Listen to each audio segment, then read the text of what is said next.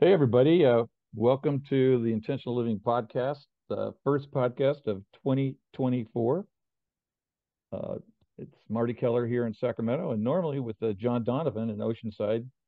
Um, but for some reason, John's unable to join us yet. So we're going to get started because we have our special guest, our old friend Ron Castner, back. And we're celebrating with Ron today an important milestone in his life and hopefully in your life as Yeah. you listen to Ron share what he has to say today. Uh, in the fall of last year, Ron published his first book.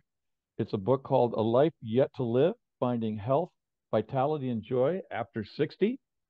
And since I'm 72 and Ron's, he wants to reveal his age, it's over 60. Um, this I'll, is I'll be available. I'll be 74 in 6 weeks. All right. So 73-year-old. This book is available on Amazon and in hardcover. So I'd like to welcome Ron back. Those of you that are faithful to the podcast know that Ron's been a guest of ours a number of occasions. Um, but there's a lot to share here, and maybe start, Ron, by asking you to share just a little bit of the impetus that led you to write this book. Um, about 15 years ago, I was 58 and 57, 58. And I just had a moment it was like a thunderbolt moment in the course of doing something completely different concerning business and all kinds of other stuff, which was said to me, you are entering the last part of your life. You're entering the third of your life. If you're lucky, you get to live to your 90. So, you're approaching 60, And I had two amazing daughters, but I had them when I was in my 50s.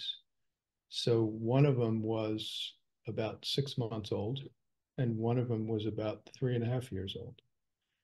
And I lost my own father when I was 7. The whole in my life from that experience was profound. It has healed somewhat, but it's still there, you know. And I said to myself, I don't want to have happen to my daughters what happened to me, which is either to lose a dad or to, effectively lose a dad through incapacity, um, uh, the normal things that happen as you get into your 60s and 70s, whether that be loss of vitality, illness, and all kinds of other stuff. So it was just a giant wake up call. And I started researching and practicing everything I could get my hands on, which is something I still do, and uh, and have come up with the practice of later life longevity and health, including mental health, spiritual health, psycho-spiritual health. That it's all that I talk about in the book. Look, this is not rocket science. This stuff. This is getting up off the sofa. It's moving a lot. It's eating, natural foods and not eating too much of them. It's paying attention to like I said, the psycho-spiritual world within me, paying attention to the world within me. I know John talks about the 90% that goes on below the surface inside us. Well, I'm trying to live in that 90%. And what I've come up, what I experience is that 90% of the 90% is probably our bodies keeping us alive and keeping us healthy.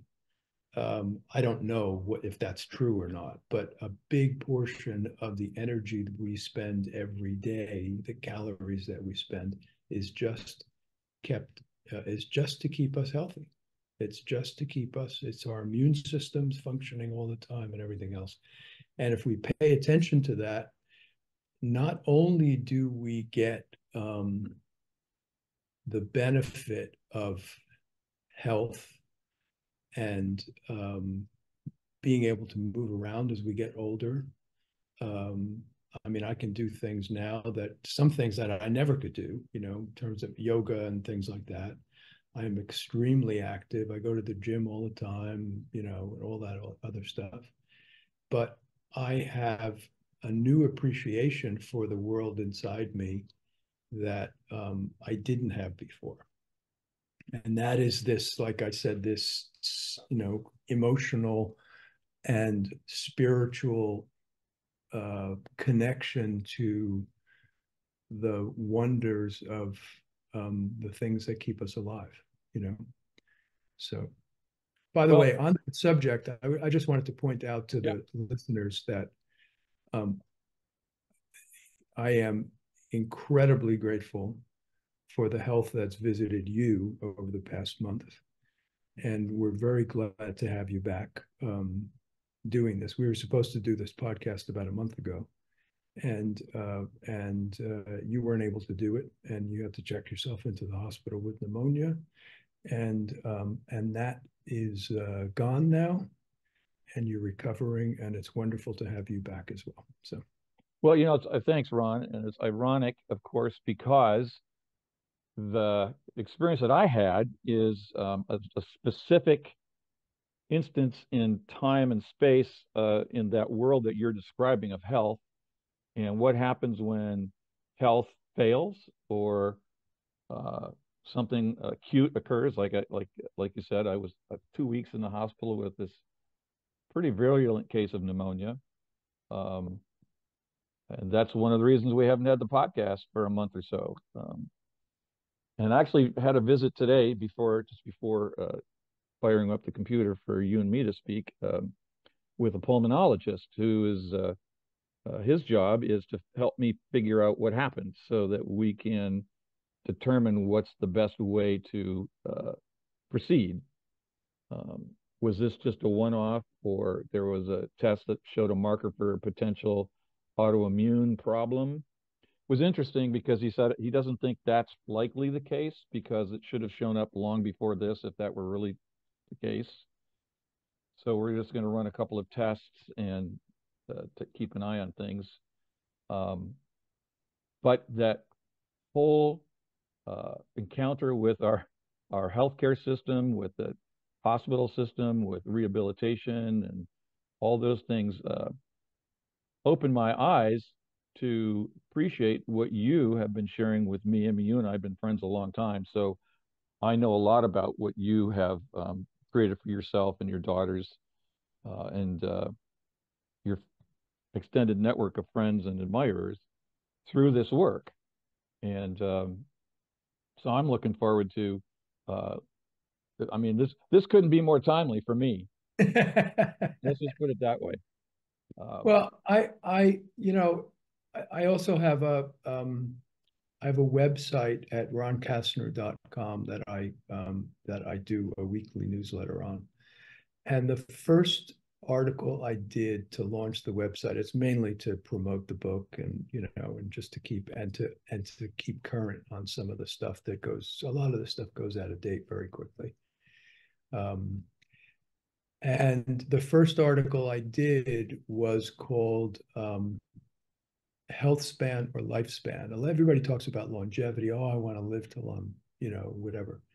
But the real issue is health span, because ultimately, the clock on our lives is the clock on our lives. We're not gonna, we there's all kinds of things that can happen and whatever. But to have those extra the average age, the average lifespan is about 80.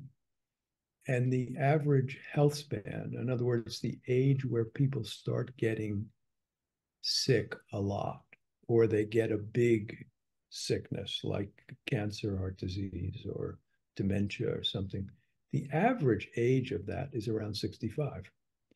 And so the article that I wrote, Health Span versus Lifespan, is about how do you want to spend those 15 years? You know, I mean, God willing, you're going to live longer than that. And how do you want to spend those 15 years? And if you want to spend them illness free and being able to do all the things that you want to do, you know, whether it's your bucket list, whether it's your, you know, all the things that I mean, this is a whole other aspect of my journey, which is there's lots of things that I wanted to do all my life that I just haven't had the time to, you know, or I just, you know, I didn't feel I was confident enough. This is the wonder of John's work, that you can want something that you don't have, you know, and how do you want to spend those 15 years? It's a, you know, it's not, and like I said, it's not rocket science. You know, there was a cartoon I saw once of you know, there's one person in a wheelchair being wheeled around, and there's another person jumping up and down, you know, all excited with a big smile on their face. And, you know, and the lecturer, this was on a TED Talk, the lecturer, Aubrey de Grey, said, which one would you rather be? You know, it's like, one's a very low quality situation and one's a very high quality situation. And it's unfortunate when people do get sick, but to the extent that we have a choice of staying healthy, to the extent that we can do things to stay healthy, it's kind of a no-brainer, you know. It's kind of a no-brainer, you know. And unfortunately, a lot of people think they're immune to it, and they're not. You know, I mean, look, there's a you know, there's a very small percentage of these people that everybody talks about who, you know, they drink and they smoke and they live till their 90s and they never sick a day in their life and whatever. It's a very, very small percentage, but the science and the connection to the natural, a more natural way of life, which to me is movement and eating natural foods, is you know, is pretty basic. It goes back to our evolutionary ancestral past. It's how our bodies became what they are, and we've lost a lot of it in the modern world. You know. Well, let's start there and dig into that a little bit if you're willing. Sure. Because one of the things that struck me is as you were sharing with me over the past few years, the way that you were conceptualizing the book and putting it together had to do with the research that you did into our past and into Sure. the insight I think you had. Maybe you will articulate it differently, but the insight you had was that our bodies are the product of hundreds of thousands, if not millions of years of an evolutionary process. Yep. And therefore, so this is my takeaway, therefore, how we maintain health has been determined by this trajectory of eons. Yes. That the fact that we don't live the way our ancestors did for maybe 98% of the lifespan of Homo sapiens, which is around 300,000 years, but hominids go back several million years, Right. that there's become a disconnect between that hundreds of thousands of years span where we lived a certain way and our bodies behaved in a certain way that didn't change a lot. That Nope. was, and then all of a sudden in the past, you know, we invented agriculture 10,000 years ago, started to become more sedentary. Before that, we were hunter gatherers, and we had to go where the food was. Yep. And then all of a sudden, we could have the food come to us. And then 500 years ago, modernity, the Industrial Revolution, the scientific age, the increase of understanding of medicines, the human body, physiology, all of those things led to this massive increase in wealth that allowed us to sit on the couch Yeah. and not have to actively move all day to survive. Yeah. So, would you share a little bit about your insights about that with respect to Well, having I, that health span now here in 2024? food is a good example. Food in the body. Um, there's a biologist, anthropological biologist called The Story of the Human Body, and You froze there for a second. Repeat his name, please. Daniel Lieberman. Okay. And he's coined a term called evolutionary mismatch. In other words, where modern life and our bodies don't uh, don't work in tandem together in harmony. Our bodies were designed to save every ounce of energy we consumed. So any excess energy got stored as fat because we were moving 10 to 15 miles a day to forage, hunt, etc. We're carrying heavy stuff, sometimes long distances, etc. This was the golden age of the human evolution. We learned to stand, we learned to move around on two legs, we learned to run, we learned to, all the things that, that we glorify now in sports were the same movements that we did for millions of years. Yeah, Whether for survival. running, hitting, throwing, Throwing. Yeah. yeah, all that stuff. So so there's this mismatch.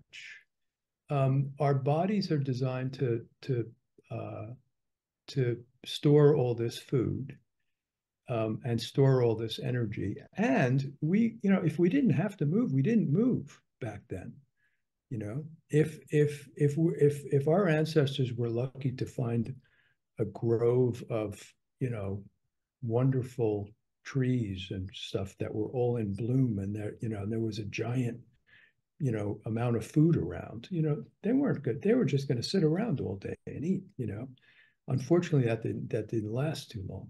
So now we've got all this extremely low nutrient quality food, high carbohydrate food that our bodies are trying to suck energy and micronutrients out of, which don't exist.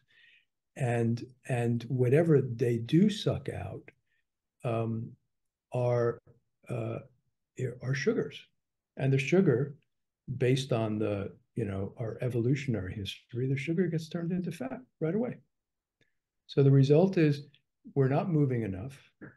We're eating crappy food, and you know it's not, like I said, it's not rocket science. It become we become insulin. Our insulin sensitivity goes up or goes down rather. We get diabetes. There's a case to be made that the diabetes metabolic syndrome is kind of the forerunner for all the other, what Peter Attia calls the four horsemen, heart problems, dementia, um, and cancer, along with diabetes. So those are the big ones. Um, so anyway, yeah, no, the evolutionary thing is a big part of my practice. And what I try to do is, in my own practice,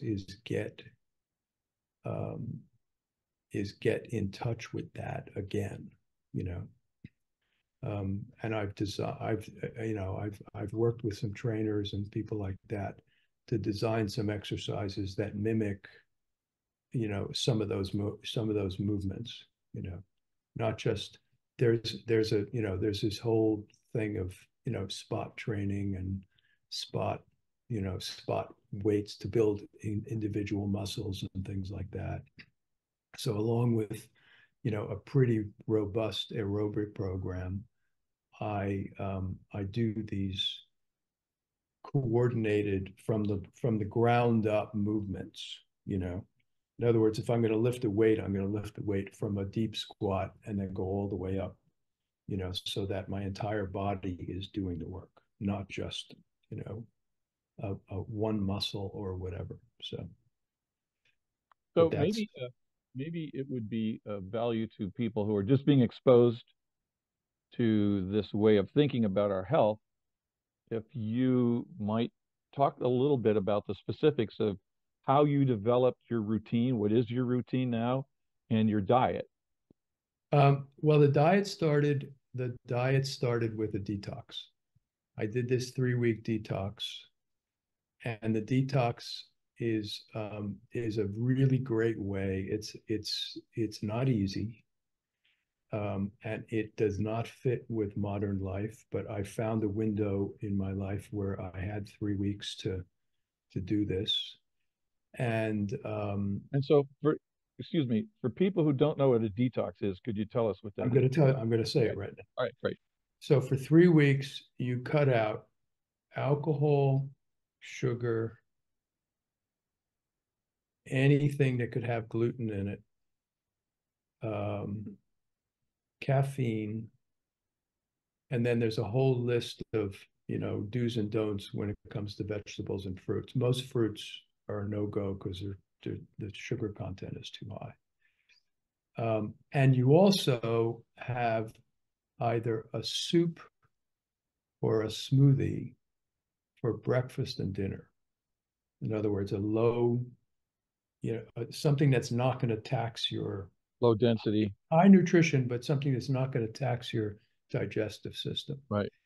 Your main meal for the day is lunch, which can be pretty, can be pretty big. It can be a pretty big meal. And the purpose of it is to stop overloading your body with stuff to do, with digestion work, and allowing the immune system to kick into a higher gear to clean yourself up. The book that I used is called Clean by Alejandro Younger, Dr. Alejandro Younger, Junger. And it was an eye opener to me. It was just the theory behind it is that in modern life, our immune systems are like an ambulance crew that are always on call. And they get to a point where they have to start triaging things. There's so much work to do. Our immune systems are so overloaded that with stuff that they shouldn't have to worry about, or stuff that they never did have to worry about from an evolutionary standpoint. And we never give them a chance to really do their work. The detox also includes intermittent fasting of 12 hours a day. So your last meal is like 6 or 7 at night, and you don't eat anything till the morning. So it was revelatory to me because I felt like $1,000,000 after 2 or 3 weeks. I Really? mean, I lost 15 pounds in 3 weeks. And I've stayed that way ever since. And then you slowly add back some of the foods that you cut out, one at a time, to find out if any of them make you feel uncomfortable. And certainly in my case, it was all, well, alcohol was one of them, big time. And breads and pastas. It wasn't the gluten because I'm pretty tolerant of gluten itself. But it was just the sort of low quality carb stuff, which I always had a sense of. So for the most part, unless my daughters bake a cake or we're out having Italian food and the pasta looks good. I just don't eat that stuff anymore. Right. I can feel it. I can feel it in my gut. I can feel it. There's just something that it shouldn't be. So yeah, my diet now is a pretty Spartan kind of, vegetables, some protein, mostly fish, vegetables, salads, and stuff like that. So it's mainly foraging and hunter-gatherer stuff. It's mainly sort of paleo stuff, you know. Yeah, but Um, you can spice those things up and create all kinds of flavors. Just Absolutely, absolutely. And when I'm out socially, I just sort of pick and choose right. whatever. It's not horrible. And the benefits are just so, I mean, they're so great compared to the uncomfortableness of not being able to eat all that stuff that, I've gotten beyond that. So Well, and of course, our diet needs to be, or we can consider our diet in tandem with that motion, the sure, exercise. There's a absolutely. relationship, obviously. So maybe you could tell us a little bit about then how you develop your routines Um, in to where you are today. I pretty much move all day. I try not to sit as much as possible. When I do sit, I try to sit on the floor. There again, like our ancestors did. Would you think about how many times a day, if you sat on the floor instead of sitting in a chair, think of how many times a day you would have to use your legs in ways that they're not used to. Getting up from a deep squat, probably 20, 30, 40 times a day. That makes a big difference. Standing uh, is a much better way, is a much more comfortable way for me. I've always liked it for me to work than sitting. I mean, I'm sitting in a stool now, but only because we're doing this. And I don't want to stand and sort of sway around, which is what I usually do. Um, and I start the morning with I do some breathing exercises first thing in the morning.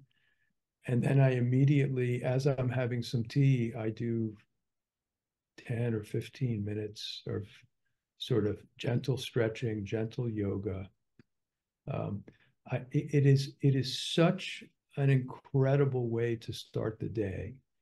If I move for 5 minutes, this is a good test for any listener. Um, Move if you're not feeling all that great, move for 5 minutes, for 10 minutes, do anything, just move. And then check in with yourself again after 5 or 10 minutes and see how you feel. And usually, I know in my case, if I do this, it's a series of, like I said, stretches, downward dog, upward dog, yoga poses, some, some, it varies every day. There's a basic one, but it's whatever. And I just feel like $1,000,000 afterwards, even at 73 years old, feel like I could jump up and down. I got tons of energy, you know, and it's great. It's great. So, and then, I do something aerobic, and that is either what they call zone two. It's called a kind of moderate aerobics for about an hour, um, anywhere from 45 minutes to an hour. Um, it can be a walk, it can be a bike ride, it can be the gym on a rowing machine or bike or, whatever. I try to do that 3 or 4 times a week. Um, I do a high intensity session about once a week, which is a series of 10 or more, like really intense wind sprints, for about 15 or 20 seconds, sometimes a minute.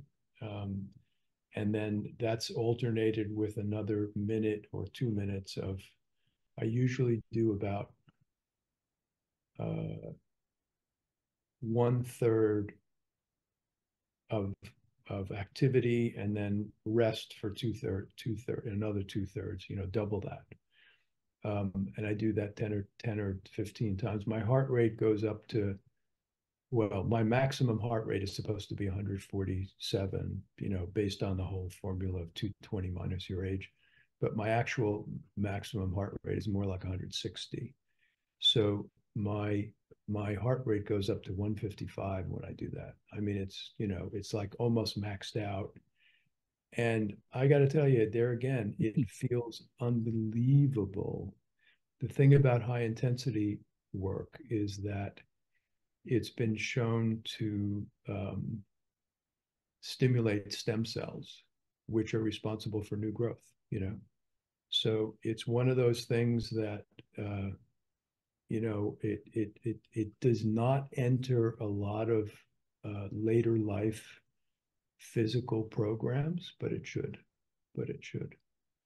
You know, it's a great way to stay fit. So, How, and then how, I do weights, and I do, you know, I do some of these functional exercises. I have all kinds of little props, bands, and, you know, stretchy bands, and, you know, all kinds of things that I've learned. Yep, that I've learned along the way. It's not a giant, you know, expense. There's just a lot of little stuff I have around the house, a couple kettlebells and a couple this and a couple that, and you know, it all works. It's really just the staying, you know, the going out for a walk every day for 45 minutes or an hour is just not enough. It's just not enough. It's a good way to keep your aerobics, but especially if you're walking slowly. But the strength stuff is really crucial to it. It's really crucial. And for me, there's so much advice out there. This is where the work that John does and you do is so important to me. There's so much advice out there. It's not the advice that's the problem. The problem is doing it, you know?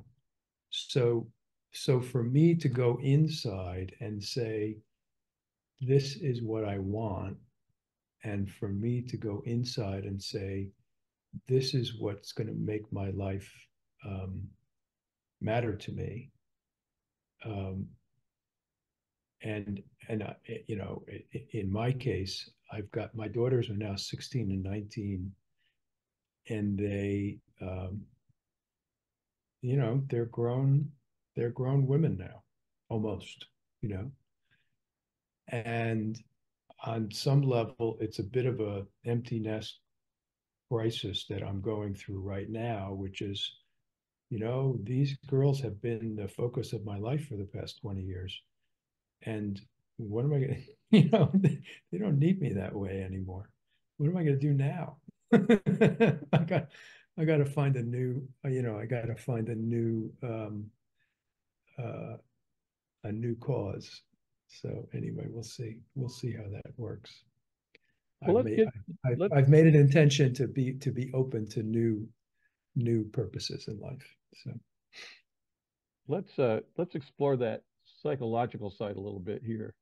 Because as I'm listening to you, I'm listening, thinking about somebody who might have lived a mostly sedentary life, maybe, you know, engaged in some kind of sport, tennis mm-hmm. or something, but didn't have the regular weekly, daily commitment to something that's very purposeful and intentional.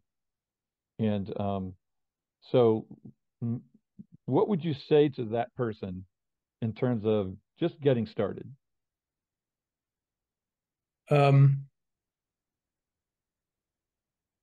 The first thing I would say is try to experience why being healthy is important to you. You know, what do you want to do with what do you want to do with your health? What do you want to do with your time? The why of this is the most important factor, because all the rest of it, you know, and Marty, it could be something as straightforward as, I'm scared shitless of getting sick and dying. Okay. Sure. Or dying young, you know, Sure. that's pretty big motivator, you know. And what I'd say, what I'm saying is that that doesn't necessarily have to stay the reason once you do get healthy and once you do start moving, because I think things start shifting. That's what happened with me. You, I couldn't practice health the way I do without going, holy shit, health comes from the same place that the universe does.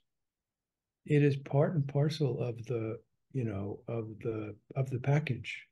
It's a giant gift that we're given at birth, and we can manage it, we can harmonize with it, we can recognize it, but we can't really control it.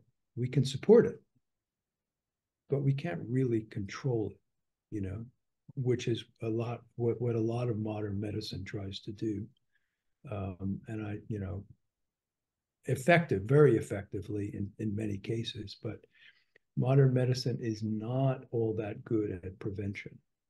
You know, they're coming around and they're getting better, but up until recently, that has not been the case. So, but the why, I mean, in my case, it was my daughters. There was just no, it was my daughters, and it was the reason I called the book "A Life Yet to Live." And this is something that a lot of people don't want to hear, is because it gave me not only extra time, that's part of the life yet to live, you know, extra time and extra health, but it gave me a whole new life inside. You know, I've, you know, it's part of it's the work I do with you and John. Part of it's the work I do with in therapy. Part of it's the work I do with my own spiritual stuff, a lot of which is based on um, Joseph Campbell and all his works about religion and things like that. And you know, I've had to confront my own religious beliefs and you know, get rid of some and take new ones on. And you know, I've got, you and I have talked about studying all the different religions, and you know, and the transcendence that they all have in common. And that is part and parcel of this thing. I'm just, you know, when that spirit is in me, I'm, you know, along with being healthy, I'm just glowing. You know, it's a wonderful thing. It's not always here, but it's when it's here, it's pretty cool. It's You know, pretty cool. it is interesting that um, what we're talking about is there is something that's always here, and we're not aware of it. And we're really talking about awareness, Absolutely. cultivating awareness. I like that your answer to my question was an awareness question. Yeah, What is it that you want? What is it that, it is what is the absolutely that. role that a healthy body can play for you? Yeah, So I thought that's brilliant. Um, and then once I answer that question, what's next? yeah, yeah. I mean, once you answer that question, you it's, you know, John's very good at saying, then you don't have to do anything. It'll happen. It'll come. You know, it will, and it will. You wake up in the morning with a new idea. Say, oh, I could try this, or I could, you know, do that, or you know, once that switch is turned on, it all, you know, what to do. You'll find out what to do, and not everybody needs the same program. We have different bodies, different body types. Some of us are more flexible, some of us are less flexible. We need different programs, different things. Our diet is all different depending on blood types and genes and all kinds of other stuff. So it's really important to make a personal commitment to this, um, designed for you, you know, Okay, makes and sense. and and that why is the central part of it. And usually the why is for what or for whom, you know. And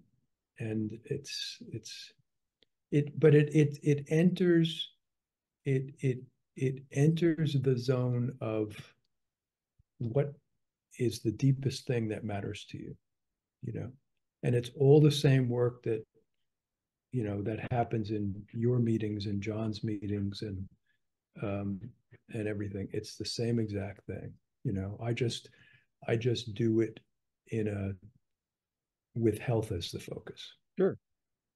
Well, So, it's some when you know, you and I have talked about this in the past. When you started the research, you did the cleanse, and you started the recreation of your diet. You started the I figuring, I stopped drinking. recreating your diet. Yeah. Goodbye to the grape.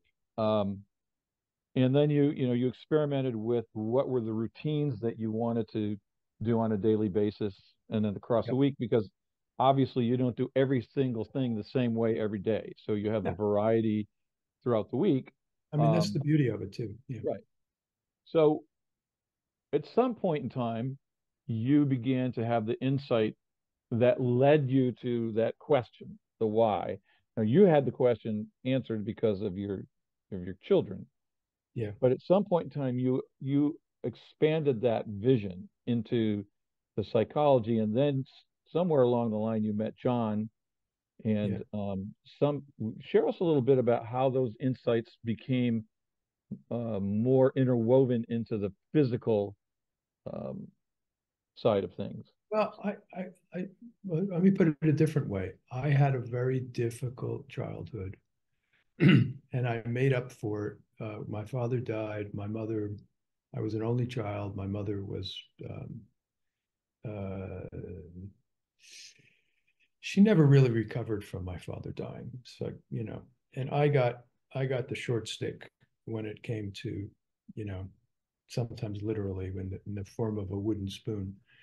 but, um, but it was a combination of it just wasn't a very harmonious household, the two of us. And I was a scapegoat and whatever it was, you know. So I learned to rely on myself and said, you know, I'm not going to get anything here.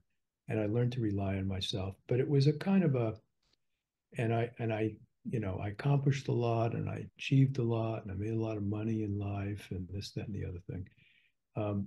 But it was all to build myself up from a self-conception of a little boy who was ignored, um, and felt to made to feel I was made to feel horrible about myself, you know, and that syndrome was something that I could only tackle once I felt healthier physically.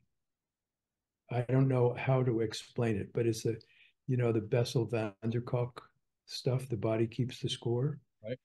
and where he says there's a ton of trauma that can only get freed up to surface if you move your body in other ways.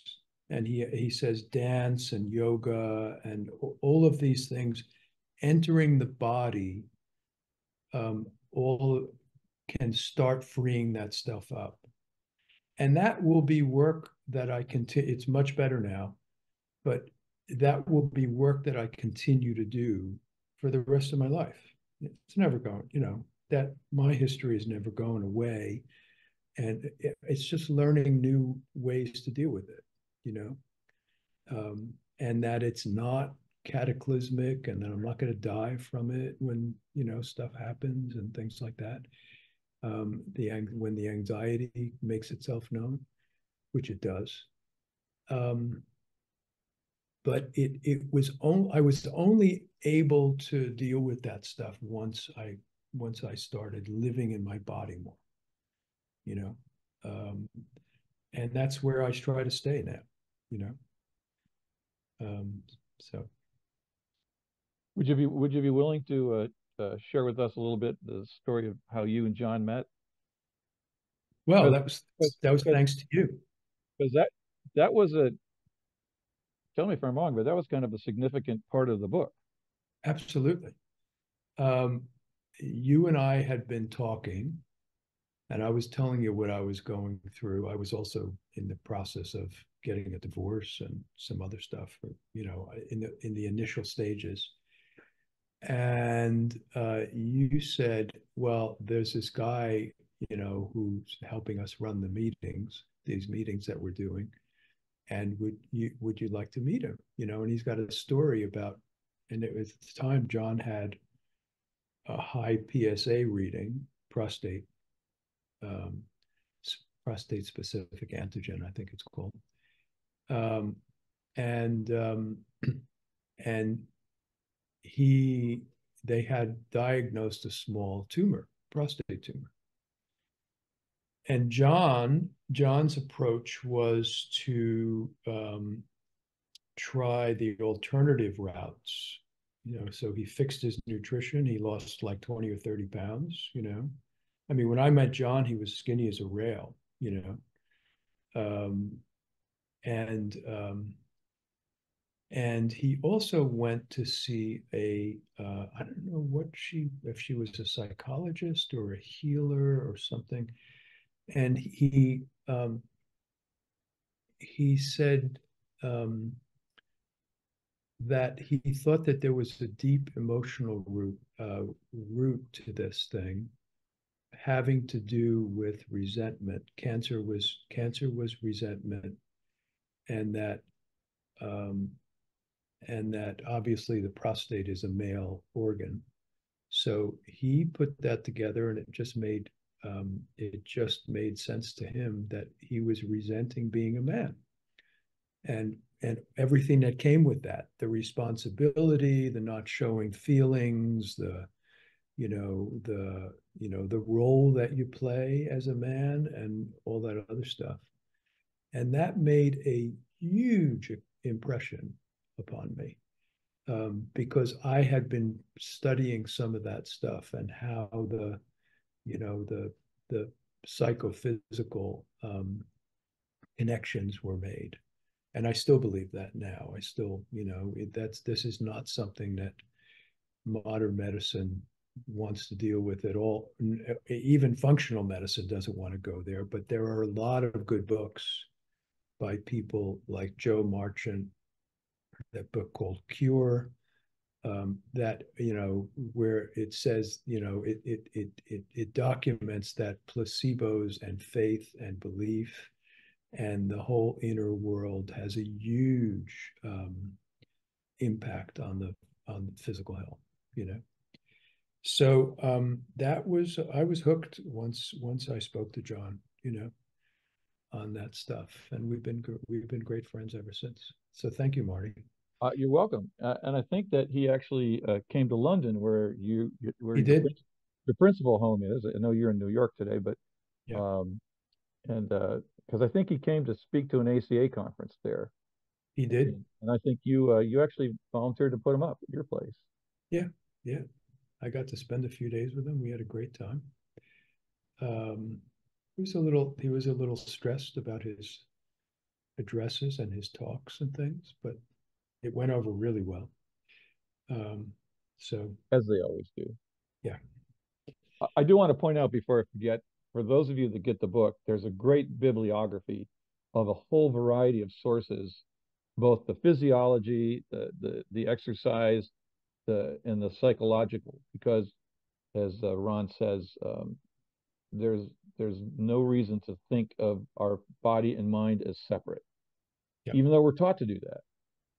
And yeah, that part of it is that 90% that you referenced at the top of our conversation, where all of the autonomic activity of the body, the regulatory activity, the immune system, paying attention to all the stuff that's going on, is happening outside of our conscious awareness. absolutely. And so I was intrigued by your idea of living in the 90%. Maybe you could talk a little bit about that as we come to the end of our time together. That's our universal self, that 90%. Right. That's the part of us, when we're sleeping, it's 100% because our conscious mind is turned off. That is the part that, I now view sleep as, I'm plugging into the universe completely. I'm unplugging, from, my day-to-day life. But that is, and that is where sleep is, where the deepest restoring happens and the deepest healing happens. I mean, what's the prescription when you get sick? Sleep. You know, that's when your body goes into, a little bit over a year ago, I had a really, really bad case of Lyme disease and babesiosis at the same time, both tick-borne, tick-borne things. And I checked myself into the hospital for 24 hours. I was on, massive antibiotics and everything else, but the real tonic was sleep. That's how I recovered. You know, it was treasured. I was sleeping 10 or 12 hours a night. You know, and it was what your body fight. If your immune system is strong, your body cleans itself up, fixes you, and heals you. And that healing does not restrict itself to just tissue. That healing is emotional, and once I felt strong enough physically, that healing, that force of healing was already triggered, and it started pushing me towards the other areas of my life that still needed healing. you know It's so interesting as you observe what you just said. I was thinking about my recent experience. So I'm in the hospital for 2 weeks, and then I'm in a rehab facility for 10 days. So 24 days, I'm in a hospital bed, and I'm mostly sleeping on my back. And when I got home to my bed, it was night and day. And my sister, who came in from Texas to help me get settled in, said, the very next day when you got up, you were different because yeah, you slept in your own bed. yeah, And I was able to sleep uninterrupted in the nursing home I was in. It was noisy. And so here it's very quiet. I had these yeah. wonderful flannel sheets. I mean, it was Oh, just, I know. I got in bed, Ron, and I said, thank you, God, for this bed. Thank you, God. Thank you, God, for healing. Yeah. So I can testify to what you just said. Yeah, That just one night, yeah, things dramatically changed. And of course, as your experience with the Lyme disease and so forth was, getting a good night's sleep is part of this regime of taking care of our health. yeah, One of the things that when I was getting my master's degree in consciousness studies, I had to take a class on sleep and dreaming, class on sleep, a class on dreaming. And one of the things I learned there is that um, sleep is not something you can actually deprive yourself of without significant consequence. yeah, Sleep will find its way, and it may find its way in some kind of disease where you have no choice but to yeah. stop and sleep. Um, Well, yeah. I mean, you know, I used to, you and I used to be in the same kind of business where we sometimes had to stay up all night. yeah, You know, financial printing. Marty and I go way back, folks. we're talking the um, 70s a little bit. yeah, and I don't know how I made it through those nights, but I did. I used to go 2 or 3 hours. Used to get 2 or 3 hours of sleep in a night, you know, and function the next day. And I don't think I could do that now. Well, there are artificial stimulants. People take different speed and other Yeah, kinds yeah, of yeah, drugs and so forth. yeah. The point that I learned is that eventually you got to pay that deficit. You got to pay that You got deficit. to pay it off. And But the point of that is this, again, back to the 90%. The body, this millions of years of evolution of our body, brings um, these balancing and homeostatic energies that keep us in health if we let Yes. our bodies do it. Yep. Yep. That's probably my biggest takeaway from this whole pneumonia thing is that my yeah, that was a that was a knock. I was knocked down, and I had to be given antibiotics and so forth. But my body is remarkably, um, uh, springing back because it's designed to do that. Yep. So Um, the ugly secret about health is that we usually, like you said, if you leave it alone, it works. right, And what we're usually doing in much of modern life is not being good to ourselves and not being good for our health. We're not. I'm not saying you have to do all the things I do, but the first rule of the Hippocratic Oath is do no harm. You know, and a lot of people are just eating the wrong stuff and not moving enough. And if those two things were fixed, and they're eating too much stuff, if those two things were fixed, a whole new a whole new thing happens inside you. You know, so it's just something. It's a mere, like I said, you can't live this way and be conscious of it without just going, oh my God, this is just something. Health is just something so overwhelmingly powerful that we take it for granted, yeah. for the most part. So, um, Well, so our time is coming to a close here. I want to thank you for joining me in this first podcast of Intentional Living for 2024. John just called. I'm going to call him, check in with okay, him. So I guess he's okay. And good. so before we close, any last minute words that you'd like to leave with us? Just I'm wishing healing and health to everyone. That's my you know New Year's thing. So And again, and everybody, consider Ron's question. What do you want your health for? yeah, What start there? And that's a lesson from John. John's fundamental question is, what do I want? yeah, And this is Ron's inviting us to focus that want on our health. yeah. So thanks, Ron, for your Yeah, time. if it works for you, fine. If it doesn't, you know, But your insight is that when I answer that question, the way to get there becomes open. yeah, It's yeah, basically reprogramming the reticular activating system, to use John's absolutely, language. absolutely, So absolutely. I invite Cool. all and get your copy. A life yet to live. Thank you, Hand up, Marty. leave a review, and hopefully we'll get to do this again soon, Ron. Okay. Thanks a lot, Marty. Thank you so much. Take care. Bye.